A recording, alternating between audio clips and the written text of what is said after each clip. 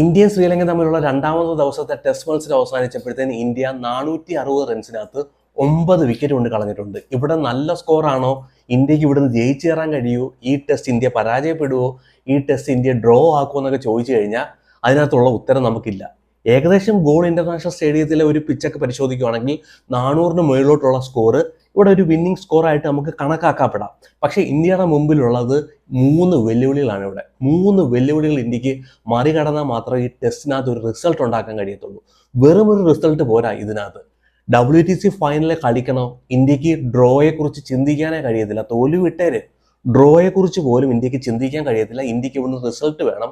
ഇന്ത്യക്ക് ഈ ടെസ്റ്റ് ജയിച്ചാലേ മതിയാവത്തുള്ളൂ. പക്ഷേ ഇന്ത്യയുടെ മുമ്പിലുള്ളത് 3 തടസ്സമാണ്. ഒന്നാമത്തെ തടസ്സം ഇന്ത്യയുടെ മുമ്പിലുള്ളത് മഴയാണ്. ഇന്ന് കേവലം 3 മണിക്കൂറാണ് ഇന്ന് മത്സരം നടന്നത്. ഇന്നലെ ഇന്നും കൂടെ ആയിട്ട് ഏകദേശം ഒരു ഫുൾ സെഷൻ മത്സരം നടക്കാൻ കഴിഞ്ഞില്ല. ഇന്ത്യക്ക് ഒരു 500 റൺസ് കണ്ടെത്താൻ കഴിഞ്ഞിട്ടില്ല മഴ കാരണം. കേവലം 460 റൺസിനകത്ത് ഇന്ത്യ ഇപ്പോൾ സ്റ്റക്കായിട്ട് നിൽക്കുകയാണ്. കുൽദീപ് യാദവിനും കൃഷ്ണയ്ക്കും കൂടെ ചേർന്ന് 500 റൺസ് കണ്ടെത്താൻ കഴിയുമെന്ന് ചോദിച്ചാൽ എൻ്റെ കയ്യിൽ ഉത്തരവില്ല. അതിനുവേണ്ടി ഇന്ത്യ പോയി കഴിയുവാണെങ്കിൽ ഇന്ത്യയുടെ തോൽവി അല്പം കൂടെ ഉറപ്പാക്കാം. കാരണം കുൽ യാദവും കൃഷ്ണയും കൂടെ ചേർന്ന് 500 റൺസ് കണ്ടെത്തും. അവരെ മാക്സിമം 1 അവർ 2 അവർ കളിപ്പിക്കാമെന്നൊക്കെ വിചാരിച്ചു കഴിഞ്ഞാൽ ഇന്ത്യ ഈ ടെസ്റ്റ് തോക്കും, അല്ലെങ്കിൽ ഇന്ത്യക്ക് ഈ ടെസ്റ്റ് ഡ്രോ ആക്കേണ്ടതായിട്ട് വരും. കാരണം രാവിലെ പിച്ചിനകത്ത് ഈർപ്പം കാണും. മാക്സിമം ബോളർമാർക്ക് ബെനിഫിറ്റ്സ് കിട്ടുന്ന, യൂട്ടിലൈസ് ചെയ്യാൻ പറ്റിയ ഒരു കണ്ടീഷനാണ്. അതായത് രാവിലെ ഈ പിച്ചിനകത്ത് ഈർപ്പം വരും.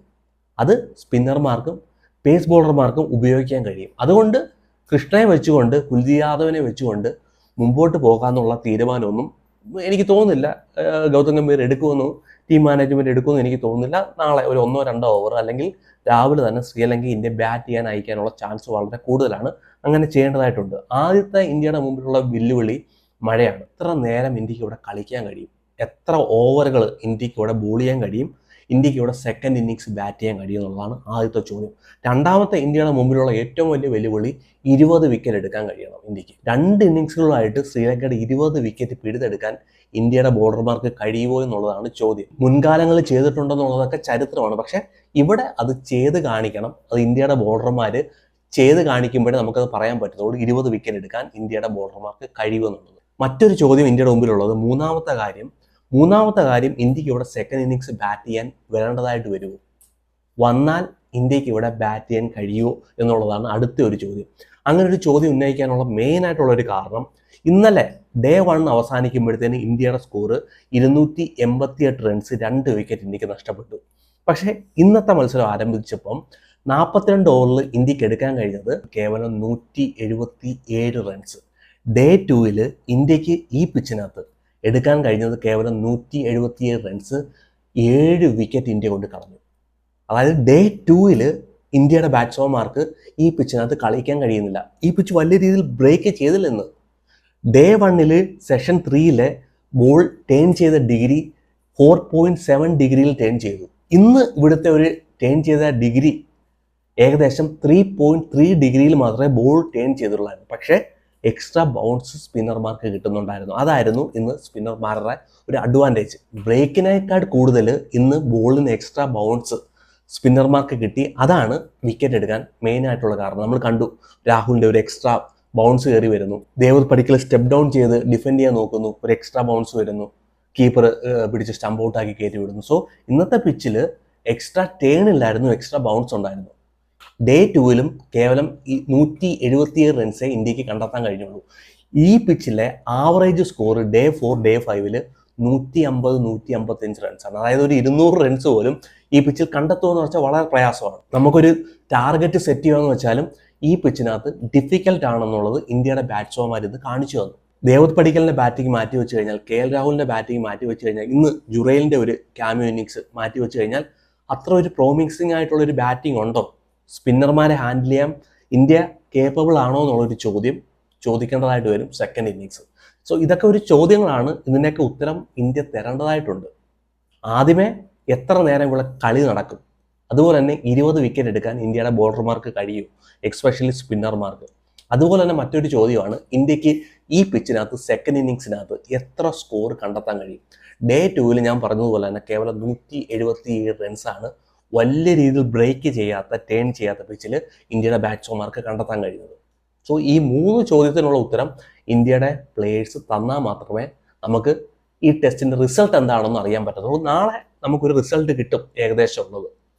നാളെ ഇന്ത്യയുടെ ബോളർമാർ എന്താണ് ചെയ്യാൻ പോകുന്നത്, ഈ പിച്ച് എന്താണ് ഡേ 3 ഡേ 4 ചെയ്യാൻ ഉദ്ദേശിക്കുന്നത് എന്നുള്ളത് നാളെ എന്തായാലും നമുക്ക് വ്യക്തമാകും. സോ അത് നമുക്ക് നാളെ മനസ്സിലാവും. അതാണ് മെയിനായിട്ടുള്ള 3 കാര്യം. പിന്നെ ഡേ 2 പോവുകയാണെങ്കിൽ ശ്രീലങ്കയുടെ ബോളർമാർ ബെറ്റർ ആയിട്ട് ബോൾ ചെയ്തു. അതായത് ഒരു ലൈനിൽ തന്നെ, ഒരു പാട്ടായിട്ടുള്ള ഏരിയയിൽ തന്നെ ബോൾ ഹിറ്റ് ചെയ്ത് അവർ ബോൾ ചെയ്യുന്നതായിട്ട് കണ്ടു. ഡേ 1 ബെറ്റർ ആയിട്ട് അവർ കംബാക്ക് ചെയ്യുന്നതായിട്ട് കണ്ടു. കറക്റ്റായിട്ട് ലെഗ് കൊടുത്തു, വിത്ത് കൊടുത്തില്ല.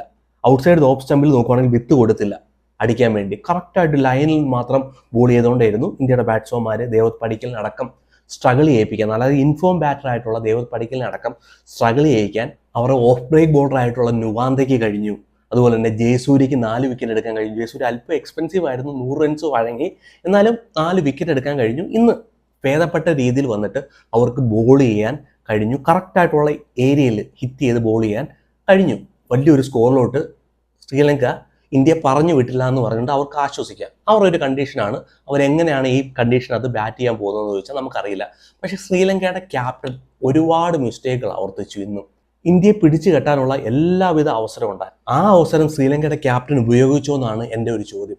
ദേവത് പടിക്കൽ ഔട്ടാകുമ്പോഴത്തേന് ഇന്ത്യയുടെ സ്കോർ 377 റൺസിൽ 6 വിക്കറ്റ് നഷ്ടപ്പെട്ടു.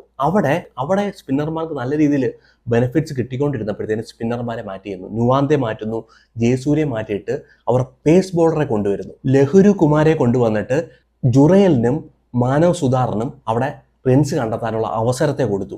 എല്ലാ ഓവറിലും 5 ഓവറുകൾ എറിഞ്ഞു. എല്ലാ ഓവറിലും 1-2 ബൗണ്ടറി വെച്ച് ഇന്ത്യയുടെ ബാറ്റ്സ്മാൻമാർക്ക് കണ്ടെത്താൻ കഴിഞ്ഞു.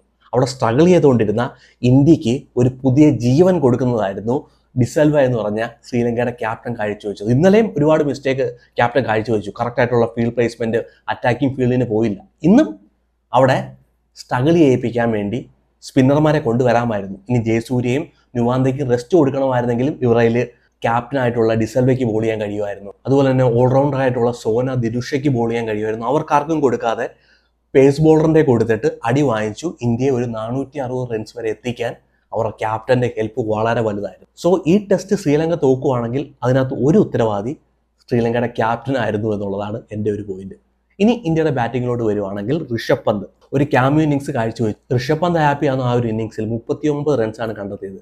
ഇന്നലത്തെ നിന്നും 11 റൺസാണ് കൂടുതലായിട്ട് ഋഷഭ് പന്തിനെ കണ്ടെത്താൻ കഴിഞ്ഞത്.